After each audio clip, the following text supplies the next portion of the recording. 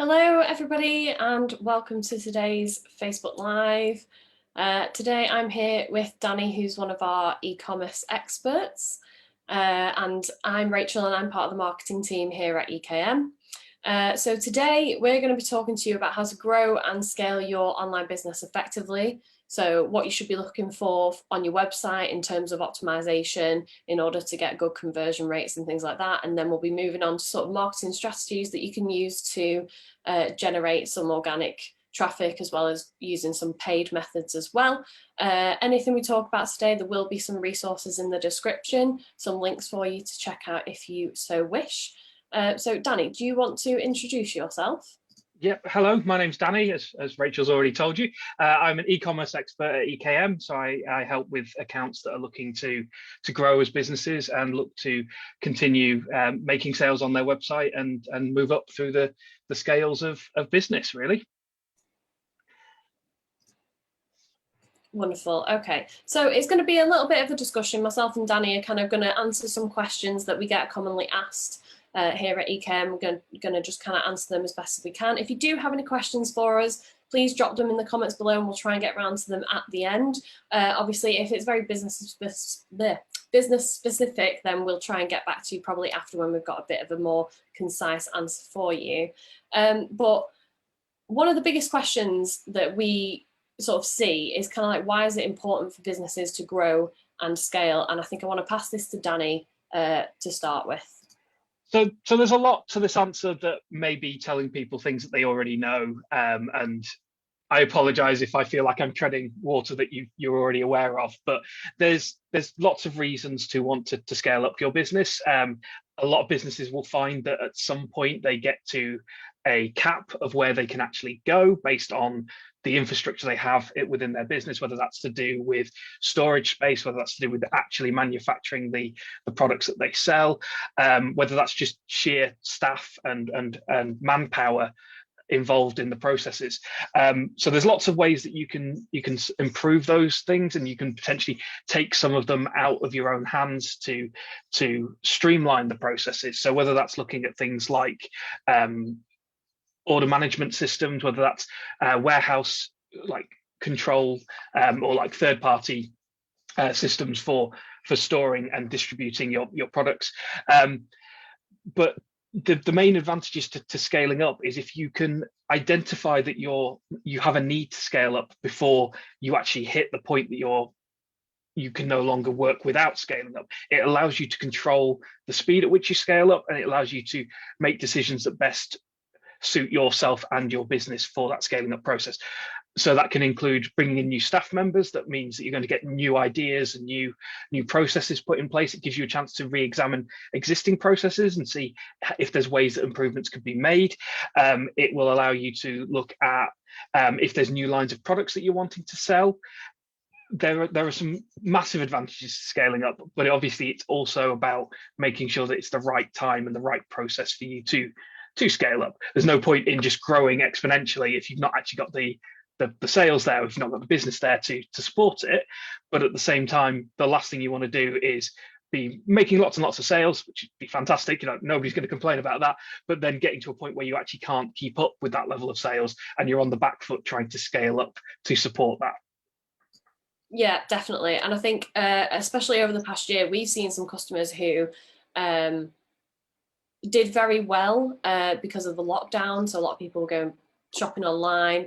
One customer in particular sold jigsaws as kind of like a side hustle type thing, and he did very well. And obviously that kind of growth that fast he wasn't prepared for. Yep. So there are situations where sometimes it comes out of nowhere and you kind of trying to work backwards, trying to be able to grow and scale to the size of the business that you are doing. So it's always good to be prepared when it comes to scaling and doing it in stages. Like Danny said, you don't want to be doing it too fast without the business there to back you up. But it also, like, as you scale up, you'll be able to lower your costs due to kind of like economies of scale, managing to, buy more things in bulk, maybe get a better deal with your suppliers, things like that. And obviously, as you grow, you'll have a greater market dominance within your industry. Your brand awareness will increase, that people will know who you are, and that internal generate sales, and it all kind of works together. But there are things that growing your business gives you that it doesn't if you just kind of stay at the size that you are. Obviously, you should always be pushing to grow your business as much as you can, as much as the market demands that it's there. So like it kind of gives you the ability to kind of reduce your threat of the competition that you've got, because like smaller competitors who aren't able to scale as fast or as well as you, they may be pushed out, or they may not do as well, or they might not adapt to certain market trends that you are, and you're taking advantage of that.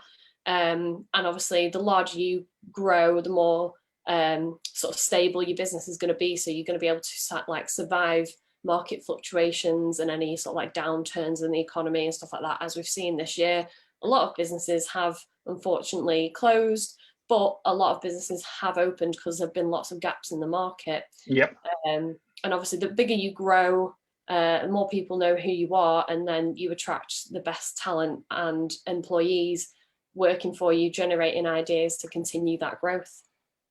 And I think there's something to be said that while online and offline businesses can be viewed as two very separate entities, there is also the fact that a lot of people don't view online businesses in the same way that they view physical bricks and mortar shops in terms of growing and scaling up. So because it's all sort of hidden behind a computer, it's very easy to sort of just imagine that what looks like a relatively small business is still one person in a bedroom with a spare room full of products, when it can in reality be a massive office with 500 employees in there and a warehouse that's distributing all of these products out across the UK, Europe, the world.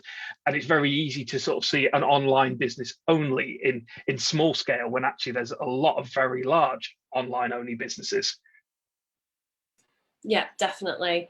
And I think whether you're watching this and you're a one-man band, or you've got a small team, or maybe even a larger team, like sort of like mid-sized team, there's definitely hopefully some things that you can take away from this that you can implement onto your website and maybe your marketing strategy as well. So let's just start off now with the sort of foundation of growing your online business, because obviously as Ecom, we primarily serve online businesses. Some of them do have brick and mortar shops as well. So the idea is to ensure that your online shopping experience on your website is the best it can possibly be. So I'm going to hand over to Danny, who's going to give some tips on how you can do that. Okay, so again, if you've watched any of these before, and if you've probably watched me talk before, you'll know that I have certain things that I will harp on about, for want of a better term. Theme is always going to be a big thing. So how your site looks, it's always going to affect your customers and your business. And while it's not something that I would necessarily say that you need to be focusing on all the time, it's, it can very much be a case that you decide what you like, what you're looking for, make that change, move on, come back to it 6 months time and look at making further updates.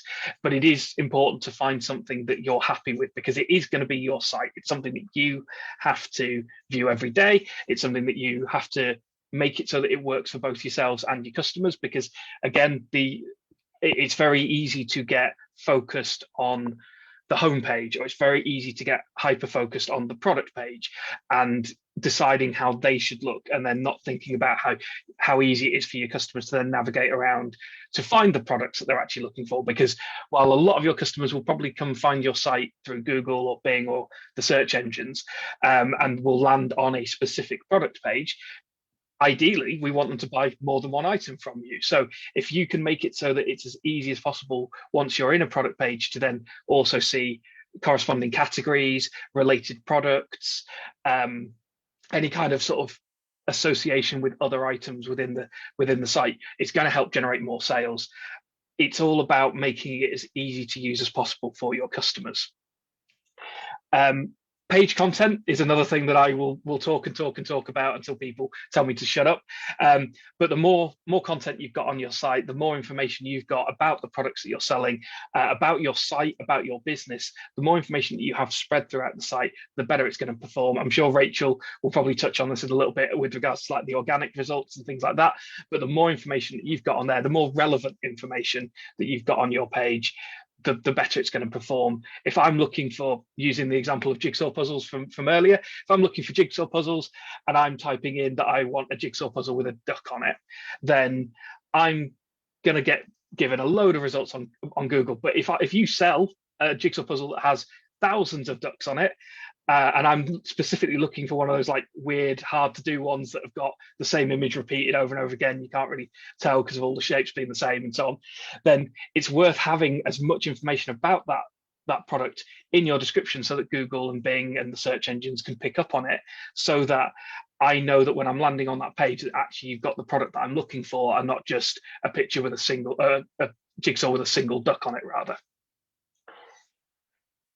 Obviously, I mentioned when I was talking about the theme about usability, and it is important in terms of the site, but also the usability of you as a business. So whether that's about returns policies, whether that's about your shipping methods, your delivery methods, your payment gateways, it's all about making that process as simple for your customers to contact you, to communicate with you. That could be live chat boxes, that could be a contact us form on the website, it could be having a 300 telephone number for them to phone, it could be just having a physical address on your website, which admittedly at the moment with COVID, you're not going to be receiving people at that address. But if you've got a bricks and mortar shop and you can get people down to that store, they can then have conversations with you about the products you're selling, especially if they're larger, big ticket items. So if you're selling musical instruments, for example, then you're going to get customers that are going to be less likely to make a purchase online, sight unseen, unless they know what that product's like. That kind of also molds into the improvements that have been made recently with regards to product images and product videos. So the more content that you're providing to your customers, the more that you're allowing them to see the products that they're buying, and whether that's through multiple static images or whether that's through demonstration videos, that is a fantastic way, again, especially with like the larger ticketed items, to promote what you're selling. I was actually asked yesterday when I was doing something similar to this about selling furniture online, and the customer was saying that, you know, one of the big parts that they were struggling with selling online is that when you go to a shop, you can physically touch the sofa and you can see what the fabric feels like and so on. And obviously you're not going to get that online, but with the ability to have a video online of that product linked to the product page so that they're not having to find it somewhere else, it means that that customer, while they're not going to get the actual physical feeling of touching the item, they can at least see how that item responds to touch. They can see how maybe in the video, if somebody's narrating it, they're describing the feeling of the sofa, then you're getting a better idea than you would have if you just had static images of those products.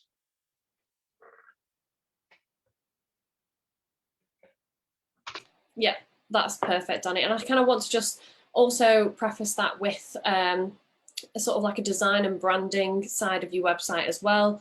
Obviously, you can find lots of designers that will help you develop your brand and your logos and things like that.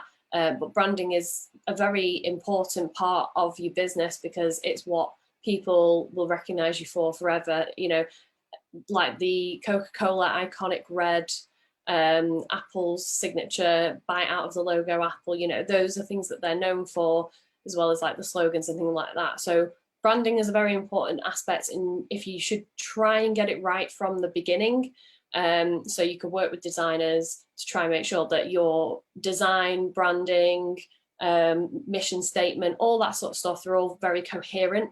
And they make sense to a customer who's just coming to see your website for the first time. They've got no idea who you are. You want them to be able to know what you do and who you are pretty much straight away off your homepage. So if you are an Ekem customer and your shop's maybe a little bit out of date, or you just want some advice on where you can improve, you can actually get in touch with our Evo team, who are a team of designers who will look at your shop to make improvements, suggest them for you and things like that. There is a link to our Evo page in the description if you want to find out more about our Evo service. So obviously, we've just talked about the kind of things that you want to be looking for. And we touched a little bit upon why doing this is sort of important for your online shop. But first of all, why is it important? And then if things aren't done, such as like fully optimized mobile site, etc., what are the pitfalls that you've kind of seen from customers in the past? So there's lots of things to consider when it comes to like why it's important to optimize and scale up your shop as your business grows. And I think it's very easy to get set in your ways sometimes, and maybe not consider the newer things that are being released or the newer things that are available to you, especially as your business grows. So a lot of people will go, I've got, for example, these 3 payment gateways on my site and they work for me and I'm happy with them and I've got a fantastic deal with them that I've negotiated over the last 5 years. That's great. Nobody should ever want to take that away from you. That's fantastic. You should use those payment gateways. You've established that relationship with them. That being said, if something goes wrong with one of those payment methods, or they decide to up their fees, or they shut down, like it happens, like they suddenly get bought out by another company and they're no longer the business that you were used to using. If you stuck with that one payment method, or that group of payment methods, and you've not had a look into the other ones, it can be quite intimidating at first to then go, okay, well, which ones are good, which ones are going to give me a comparable rate to the ones that I had before. But you're also potentially missing out on things like Pay in 3, which PayPal recently rolled out throughout a lot of different businesses, not just ourselves, but other e-commerce providers as well. Things like Klarna and the buy now, pay later. They are fantastic tools for getting customers, especially new customers, across that line of making the first purchase. Because once you've got a customer to make that first purchase with you, they're going to come back again and again and again. Obviously, depending on their user experience and depending on the products that you sell. Some products aren't the kind of products where customers come back, but generally you make a sale, you're going to get that customer to come back and make further purchases from yourselves. So it's very easy to sort of go, well, this has worked for me for the last 5 years. Why should I look at adding new things and making changes? But you might find that people are being put off without you even being aware that because you're not offering the ability to pay it in 3, that customer didn't check out. And if that customer doesn't even get to the point where they're adding to their basket, or they don't get to the point where they've entered details into checkout, you don't actually know that they've not bought, and you don't know why they've not bought. Rachel's mentioned obviously the branding being important, and I think again it's very easy to go, this is how the site's always looked, and this is how the logo's always looked, and it's our logo and people know it. And I think to mention what the evolution team do, they will very often take a logo that somebody's got and they will make changes to it, but they won't completely redo it. So it won't be a brand new logo. It won't be going from one to another. It's not like a complete rebranding. It's about minor tweaks to make it better, and that's kind of the whole point of the evolution team. Yes, they can do complete site overhauls to change everything that you might want changing, but they can also do minor changes to make the process smoother for your customers, but also so that it's not an incredibly jarring change from one to the other. So again, talking about optimizing your business and scaling up your business, nobody's saying that it needs to be a complete overhaul or a change or going out of your comfort zone from how your business works. You've got your business to the point that it's got to because you know your business and you know what you're doing. Nobody's saying that needs to be different, but at the same time, if we can see areas that can be improved, as companies, everyone should be looking at their business and going, where am I falling down? What areas do I need to change? What areas do I need to improve? And scaling up and bringing in new people and new processes can often help with that, especially a fresh set of eyes on a company that will help you see what areas you might have been lacking in because of the attitude of, well, that's how we've always done it. And again, if it's worked for you and you've been successful, great. I don't run a business, so I'm not here to say, oh well, I know all the answers to everything. These are always going to be things that will apply to some people and won't apply to others, or there'll be some of you that are already doing all of these things, and I'm just rehashing information that you already know, and that's fine. But there will also be ones out there that aren't doing these things, and I think if everybody comes away from this with something, then it's about looking at where your opportunities to grow are, and whether it's the website, whether it's the branding, whether it's email marketing, whether it's again, as I'm sure Rachel will talk about, whether it's social marketing, whether it's the ads like Google ads, Facebook ads, and so on. There's opportunities to grow everywhere, and it's about seeing what you are maybe missing out on in that regards. Yeah, no, I definitely agree with you there, Danny. We do see a lot of shop owners who are sometimes happy with the way the site is, but there could be made improvements to help them gain more sales and stuff like that.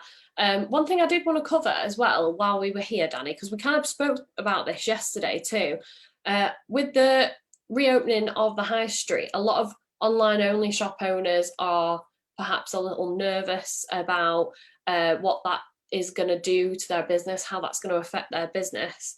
And I think I would personally say that you just need to keep going as you are, trying new things, maybe a new route with your marketing or advertising, maybe running a giveaway or adding free gifts into your like online only orders.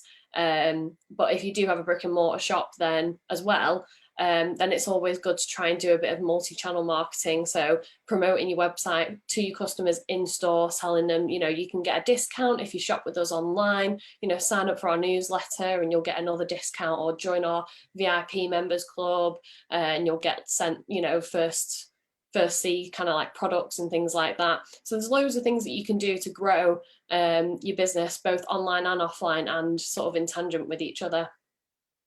Yeah, I think so. When I was asked that question yesterday, or the panel was asked that question yesterday, it was towards the end of the session, so we didn't really get to delve into it all that much. But yeah, especially for somebody that's relatively new to selling online, or somebody that's set up their business during the last year and a half because of the pandemic, or they've had to pivot straight just to purely online sales.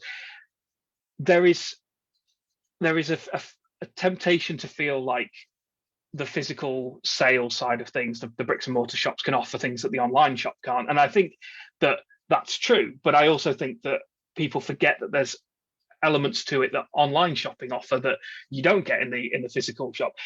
You've also got to remember that while there are a lot of people that are very happy to return to the high street right now, and they're very happy that everything's reopening, there are people who, as a result of the pandemic, have been shopping online potentially for the first time ever for them, especially maybe some of the older markets. And so you've got people that have now had that stigma of shopping online removed. So they've got used to it. They've created all of the different accounts that they might need, whether it's a PayPal account, whether it's an Amazon account, whether it's an eBay account. They've started getting used to the more online side of things. They've got used to ordering something and waiting the 5 days for it to arrive via the post, rather than going into a physical shop and buying the item. And again, those things aren't going to change. Like some people will still prefer face-to-face in-person shopping, but you just need to look at how things like the apps for ordering takeaways and so on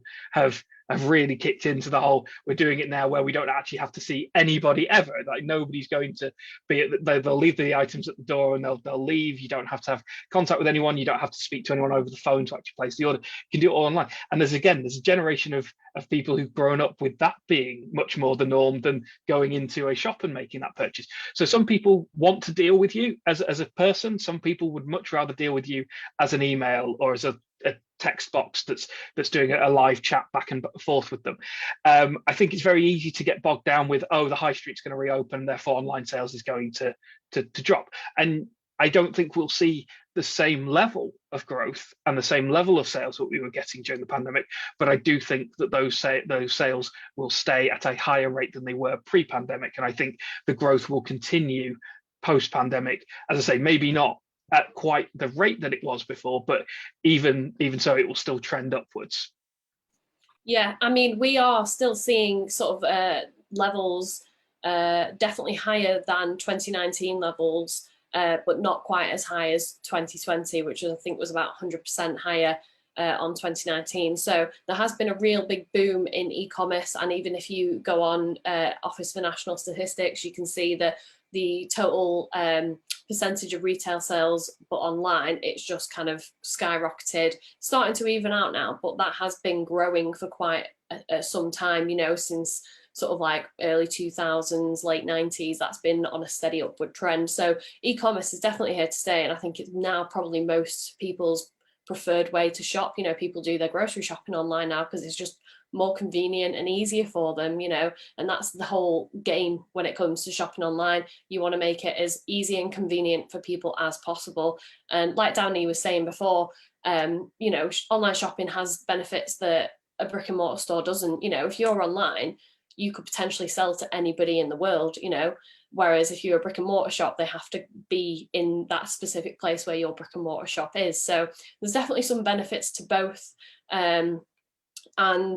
I think just to sum up this section about talking about your website and how to make sure it's optimized, if you do want to speak to any e-commerce experts about making your site optimized, or maybe seeing what we can do for you, just go onto our website, ecom.com, and come and have a chat with us and see how you can help you, because we try and make sure that you love what you do. So okay, so we're about halfway through now, and I think we're going to just move on to the next section, which is more about the marketing side of things. So once you've got your perfect website and it's perfectly optimized and every way you want it, how do you actually get the traffic? So you want to offer your customers the best experience possible, but how do you get the word out to potential new customers and grow your audience? So I'm going to be talking a little bit about this, and Danny, feel free to chime in whenever you want. So when we come to e-commerce, it's more about the digital marketing side of things primarily, and that comes in many forms. So from social media to online ads to user-generated content and so much more. There are just so many ways for businesses to spread the word about their products, but finding the right one can be a bit of trial and error, particularly if you're new to selling online. You know, where your audience is going to be on your social platforms may differ from another business. For example, it's very dependent on you as a business and where your audience are most likely to be. So I'm going to start with organic traffic. So organic traffic is the traffic that you earn from organic listings on Google or Bing or wherever, or direct traffic to your website. So people that have typed in your URL in their browser and come to your website directly. So the best part about organic traffic is that it's free. So you don't have to pay for it. It's completely free, but it can be a bit more costly in time and effort compared to advertising, and we'll touch on that later, but it can come with much better rewards if you put the effort and the time in.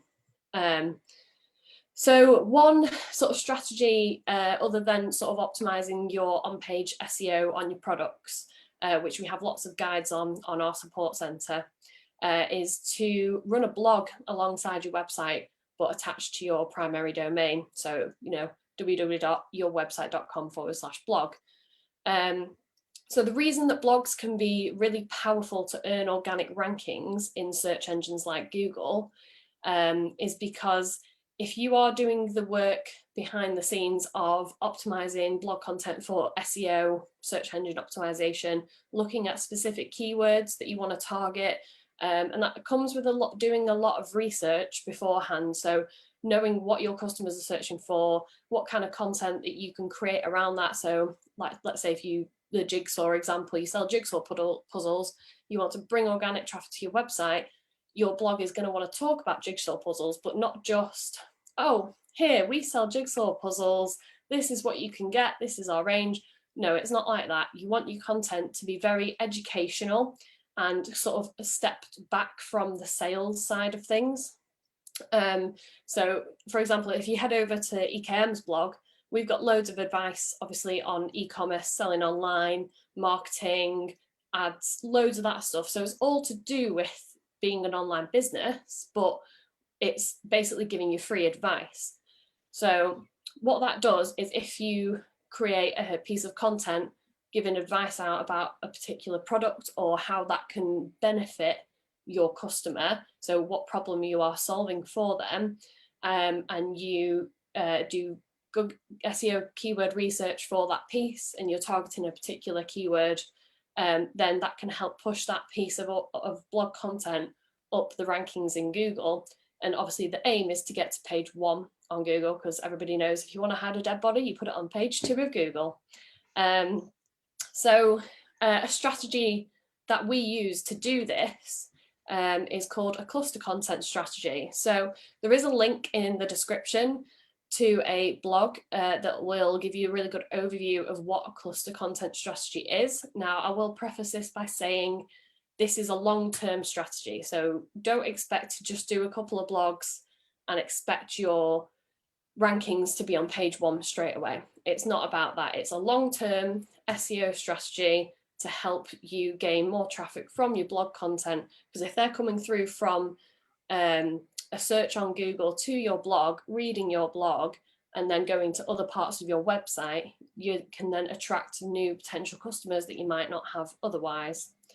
I know. Sorry, just to interrupt, just quickly. I know we've potentially touched on this in previous videos, but yeah, it's about at that point cultivating a market base for yourself. So if you've got customers that have bought from you previously, but you're posting a blog that's maybe like, if you sell, I've got customers that sell ingredients. So like whether it's drink cocktail ingredients or actual like food items themselves, they tend to have blog posts that are about recipes that you can make with those items.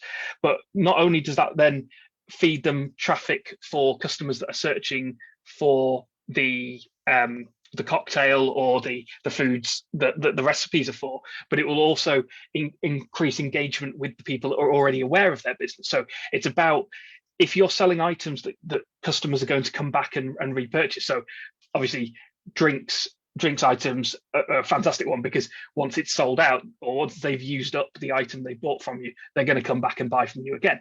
But if you can provide them with recipe ideas, or you can encourage them to say, okay, well, look, you bought this flavor previously, but have you tried mixing it with this flavor? And it's about that. There's an element of upsell to it that you're doing, and not necessarily on the product page where a customer might be like, oh, they're just trying to get another sale out of me. If you're doing it in a blog, which is a much more informal environment and a much less hard sell environment, you can sort of be saying, okay, when you mix these two flavors together, it makes a wonderful cocktail called X, Y, and Z. But at the end of the day, you're going to know your customers and you're going to know your products. So if anything, you're potentially your first, you yourself are your product's first customer. There's a reason that you picked these products to sell. There's a reason that this is the business that you got into. So what was that reason? What was it about those products that spoke to you when you first were looking at setting up your business? You know, we've got people who make the products that they sell. We've got people who are very much on the creative artistic side of things. We've got people who are doing I'd say like the food stuff where they're doing cocktails.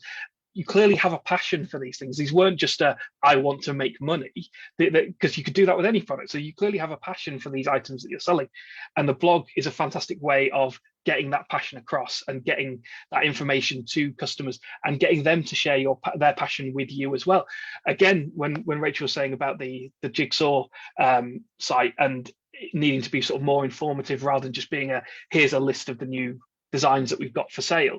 If you can get customers to engage with you on those things and talk about how during lockdown they did so many jigsaws because it was something they were doing with this family member, or it was something that helped them with their children while the children weren't in school because of COVID and so on. If you can create that human connection, it stops you from just being a business and it starts you being a brand. It fosters that brand loyalty that I'm going to come back and buy from these people because I've learned more about them and why they want to sell and what they're selling and why they have the passion for it. And I can see that they are people and not just a big company. And also it makes you see other people like yourself that have utilized this company or utilized this product and go, well, actually, that would be really useful for me because I'm in a very similar situation to that customer that they've spoken about. Yeah, definitely. I think Danny just kind of perfectly summed up why you should be using a blog on your website to drive that traffic and create that human connection, because that's really what it's all about. But just to kind of cover the more technical side of it, obviously you can read a bit more about cluster content in the link in the description. But basically, imagine it like a cluster of blogs that surround one topic, which is usually your main focus. So for example, ours is e-commerce, and as you'll see on the blog, we do have an e-commerce cluster, and obviously all the blogs that are curated in that have relevant keywords to whatever we're talking about that is relevant to e-commerce. So the strategy behind it is by organizing the content in such a way through having a pillar page with links to every single blog, instead of just randomly posting random blogs about pretty much anything and anything here, there and everywhere. It's very disjointed. You're able to kind of capture a large amount of search traffic from that via the SEO work that you've done beforehand, across sort of like an ever increasing pool of relevant keywords. And the idea is that when people come in through sort of like your pillar page and they're looking through all your content, they click through and they read more, and it funnels them down to a point where they've been educated and informed. Maybe they've had a look around your website, and it sort of warms them up as a lead.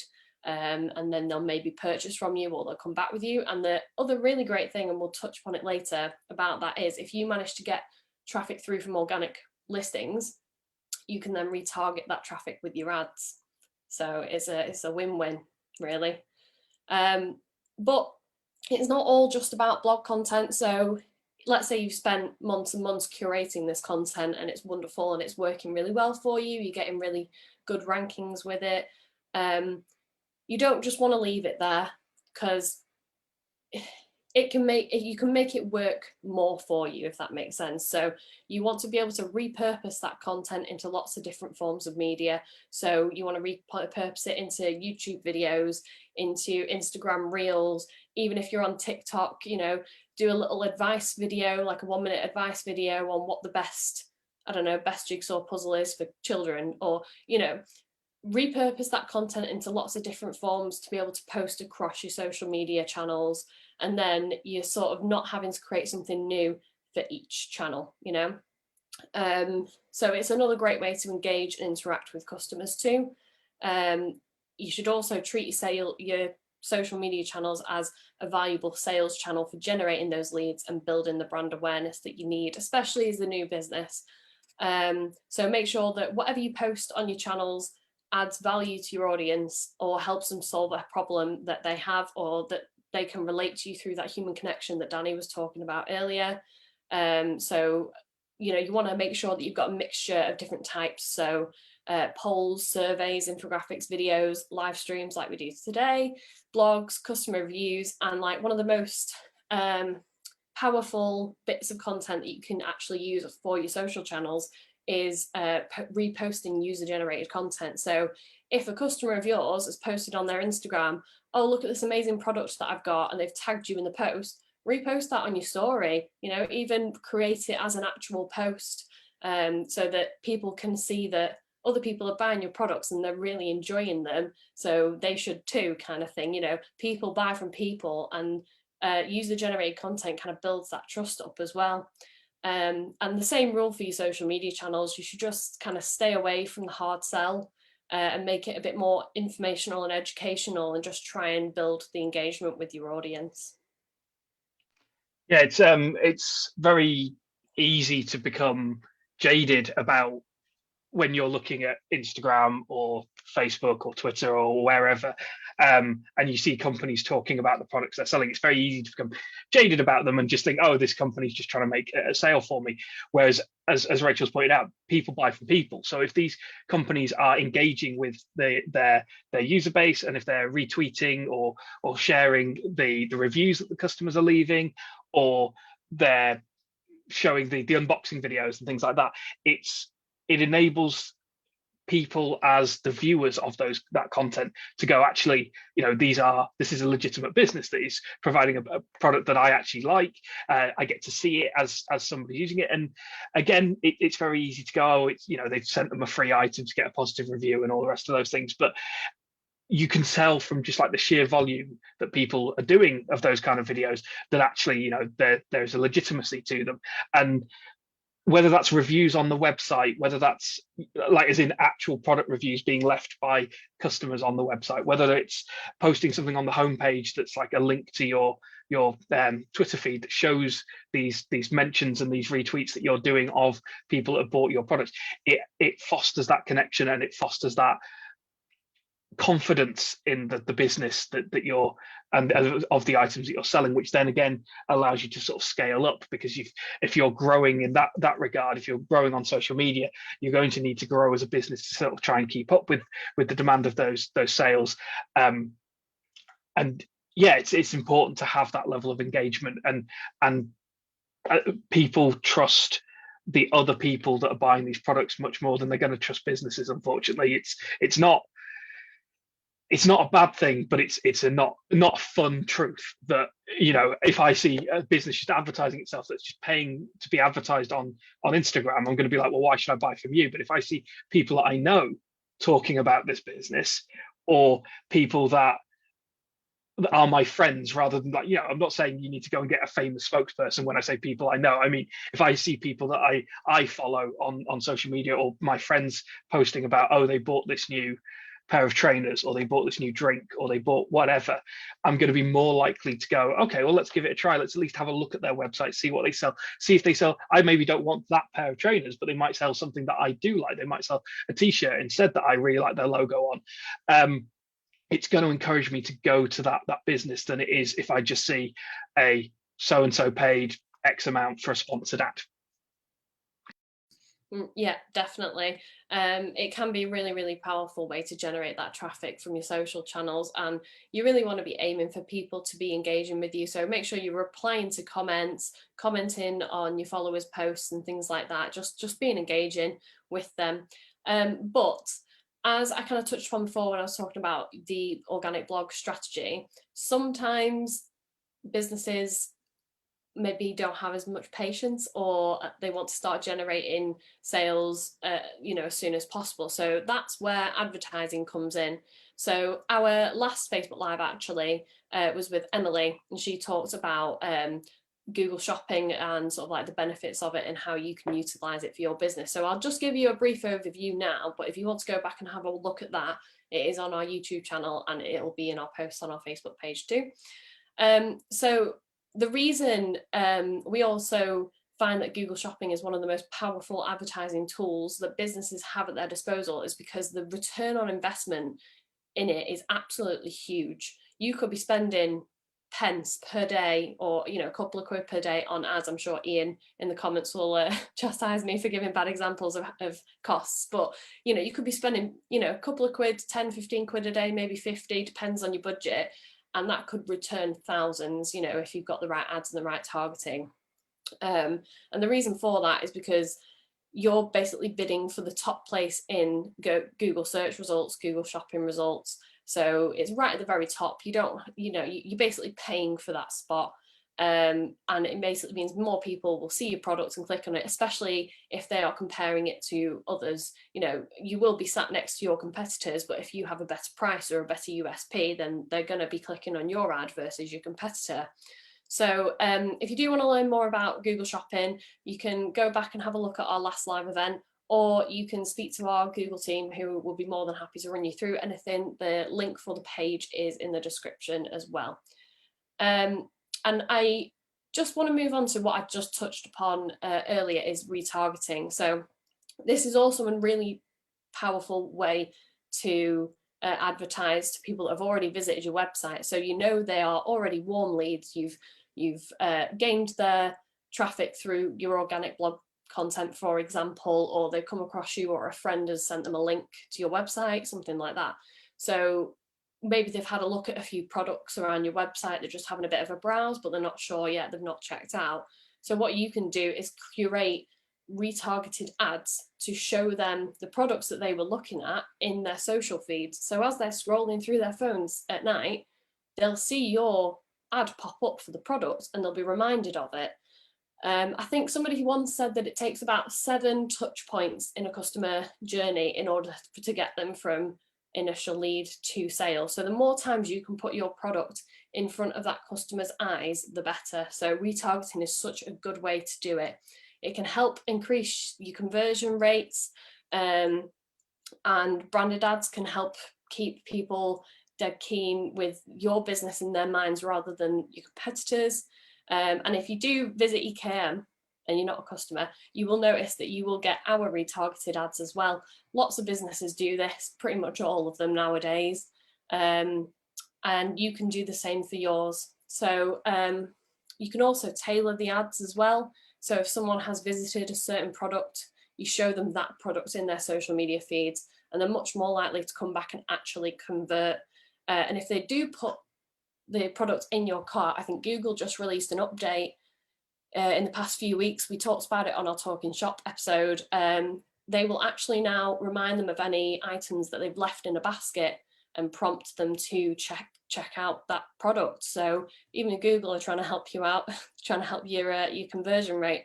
But obviously things like abandoned cart emails as well are also a good tactic for that as well. So there are lots of different types of advertising, and obviously it will depend on your budget versus time, whether you choose to do that and then not do the blogs. But we would always suggest that you do them both, because you want the longevity of earning SEO ranked content will probably reel you more in long term than your ads would. And obviously the organic stuff is free. Once it's up there, you just optimize it every now and again and it will most likely stay up there. But you've got to keep your eye on Google, because they do change their algorithm every now and again. Do you have anything to add to that, Danny? I think so. Again, I can speak from both personal experience and from industry experience in terms of the remarketing side of things, because I know for a fact I've added items to my basket, walked away, come back 2 weeks later and actually made the purchase, whether it was that I was waiting for payday to actually spend the money, whether it was I was mulling over the item, whether I actually decided whether I really wanted it, whether it sparked joy, so to speak. And then sometimes seeing that item again is enough to trigger that for you. You suddenly go, actually, yeah, I did really like that. There was a reason I clicked on it in the first place. So let's go back and see if there's something, if the roadblocks that were preventing me from originally making that purchase have now been removed. I think also, as Rachel was saying, that while it's very important to do the Google AdWords, and it's also very important to sort of do the organic and non-organic, essentially, ways of marketing, because different ones are going to work for you in different ways and they're going to produce different customers. I know when I was originally talking about blogs and the social media side of things, I was saying, seeing something from people that versus a paid ad works better for me, but that's me. Like I am not every consumer. So and there is definitely a time and place for paid advertising. It definitely provides a way to get products in front of eyeballs very, very quickly, especially if you're launching something new. So if you're suddenly going, actually, look, we've got a new range out, or we've got a new item within a range that's already selling quite well, but we've got a brand new color, brand new flavor, brand new style, whatever it might be, and you're going, okay, well, how do we get this in front of as many people as we possibly can? Obviously, you can email market to the people that you've already sold it to. You can post about it on social media to the people that are already following you. But if you're then also paying for AdWords and you're paying for your Google Shopping ads to put you at page one, or put you at the top of page one, then obviously that's going to get a lot more eyeballs on you to begin with. Yeah, definitely. And I just kind of want to finish up myself and Danny just talking at you now by saying that doing all of this by yourself can be extremely time consuming. And if you have a business to run, you might not have the time, and some things may fall to the wayside. I've seen a lot of businesses who just simply don't post on their social media, which to a prospective customer doesn't really look good. So it's always a really good idea to, if you can afford to, and you're in a position where you're ready to take that next step, expand your team, hire help, get an expert in. Let's say you want to grow your presence on social media, hire a social media executive to help you out, or if you need help packing more orders, just expand your team, because that's how your business is going to grow. But you need to do the groundwork first. And I know running a business in itself is already hard enough, so to add on how to market your business, you're basically wearing all the hats. But it needs to be done if you do want to grow your business. So having these basics in place, from making sure your website is as perfect as it can be, and you're continually optimizing it all the time, working on your SEO for your products as well as your blogs, and then also looking at different marketing strategies and channels that you can use to get the word out about your business, will just make growing and scaling your business that much easier. Yeah, I think just to jump on that point, that again, when you talk about scaling up a business, it's very easy to go, oh, they're talking about how to grow from being a £50,000 a year business to a £150,000 a year business, or from £150,000 a year business to £1 million a year business. But that growth can just simply be going from being a one-man band and having that second employee, or even if that second employee is somebody that is just purely there to do the social media engagements, to do the blog posts, to do that side of it, because it's not an area that you've got knowledge in. Scaling up can be as simple as having somebody come in to do part-time work. It can be as big as hiring a whole new division. It just depends on what's going to be right for your business at that time. We're not saying that every company needs to hire a marketing team. What we're saying is that you need to see where you're going back to my original point, that where you've got opportunities to grow, that you can then fulfill those opportunities. So as Rachel's pointed out, it may be just getting somebody to do the marketing side because that's something that you don't have the expertise or the time to do. It may be getting somebody to fulfill orders for you, or have a warehouse system that can store all of your products because your range has grown that large that you can no longer store them in the facility that you were in at that point, whether that's a spare bedroom or a shed or a garage or a warehouse or a shared office environment. You might have got to the point where you can't facilitate having those items still within that structure. So you have to then go, okay, well, let's farm this out to a company that can offer us great rates because they're actually doing this for 90 other businesses that are the same size as us. But it gives you that ability to grow that you maybe didn't have 3 weeks ago. Yeah, exactly. And if you need the help but maybe can't afford to take somebody on part-time or even full-time, you can always hire a freelancer to do project by project basis. You can either find them online or try and find one locally to you.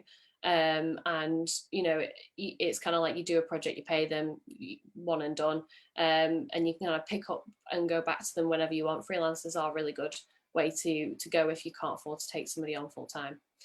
So I'm just going to go to the comments now before we end. Mark's been very active today. He mentioned about live chat. Live chat is also a really good way for your customers to interact with you and ask questions on your website as well. I mean, Dan, you've got more experience with that than I do. Yeah, and again, it goes back to what I was saying before with regards to whether it's them contacting you via email, whether it's them phoning you and so on. It's like that live chat functionality enables you. It can work in a lot of different ways, and it can actually work a lot better than an email or a telephone call can sometimes, because with emails, you've got that delay in responding. Yes, it maybe works better for you as the shop owner, and it may work better for the customer. So I'm not saying to not offer the ability to email, but you've got that instantaneous response element with regards to live chat. The live chat functionality would allow you, depending on which ones you're using, but live chat functionalities will generally tell you what product page they're on and what they're viewing. It can often allow you to tailor the messaging that pops up when they click on the live chat functionality, depending on what page they're on. It allows you to capture information about those potential customers. So it might be somebody that's like, oh, I'm looking for this item that you don't have anymore. Like, do you know if you're ever going to get it back in stock? And you can be like, okay, well, actually, if you give us your email address or you give us some contact details, I can let you know when that item's due to come back into stock. Or unfortunately, it's been discontinued. However, we've got this item that might work as a suitable replacement. And it gives you that functionality to talk to people, whether it's through, you've got like live chat systems like Talk, you've got live chat systems that are like Facebook Live built into your shop. Yes, there can sometimes be the negative side of having to have somebody to actually monitor and respond to those chats, but also a lot of these chat systems will offer a service where you pay, and they have like bots that you can set up to answer a lot of the generic like FAQ style questions. But it is a great tool to bring people into to making purchases. And again, it kind of helps I guess it's a digital sales assistant is probably the best way to describe it, in that, in the same way that if you go to somebody in the shop, you can ask them where to find this item. You could ask them what this item's like. Do they have it in stock? How much does it cost? You can do all of those things as a digital version of that. So in going back to competing with the high street argument, the live chat is a wonderful tool for doing that. Mm-hmm. Yeah, definitely. It's definitely something you should be taking advantage of on your online shop as well. Doug has asked a few questions about repurposing content, so I'll just quickly go over that again. Repurposing content is taking one concept or one blog or one piece of advice and making different versions of that content. So if you, for example, if we'd written a blog about why you should be selling online, there'd be a blog version of it, which would be long form content, 1,000+ words. And then my colleague Thomas, you probably see a lot of him on our YouTube channel, he would then make a video version of it that would maybe a little bit shorter, just covering the main points of it. He would then make another video that was only for Instagram Reels and TikTok. So it's the same content, but you're just repurposing it for different platforms and either shortening it or lengthening it depending on what platforms you are, posting it on. For social media, Reels are really good on Instagram right now. TikTok's also really good for short form content, short form video content, but you can also share the blog that you've written on your social channels as well as the YouTube video that you've done. So, I mean, just have a scroll through our social channels and our YouTube channels and you'll kind of see that we do that. So that's kind of why we suggest that you do it as well, because you're then not having to do more than one sort of idea to get all that content out on your social channels. You're just repurposing it for its intended use per channel, essentially. I think there's a question about retargeting, but it's a little bit specific. So I will let Ian or Emily, our expert Google team, answer that after the live. Lorna just commented and said, just started a blog yesterday, still writing my first post, SEO posts are in the future plan. That's really good to hear. I hope you have fun with it. And, if you need any resources, let us know and we'll try and help. Doug just says, so same topic, but different content. Yes, essentially. So have a look at our Instagram Reels and our YouTube videos and our blog content, and you'll see it's the same content but just repurposed for different platforms. So that's essentially it. I don't believe we've got any other questions on any so I'm gonna leave it there, but definitely go and check out the links that we put in the description. And if you do have any questions, get in touch with us. We're more than happy to help you with anything. Even if you're not an Ecom customer, you just want a bit of advice, come and have a chat with us. We're a dead friendly bunch, I promise. And I think we'll end it there. If you do have any questions after the live, put them in the comments and we'll answer them after as well. But yes, thank you everybody for joining us today. I think it's been a really informative one. I hope you've gotten something out of it that you can implement into your own business as well. Thank you very much, Danny, again for Very welcome. It's been a pleasure. So I'll let you all go now and join us next time for our next online event, and we'll see you next time. Goodbye. Bye.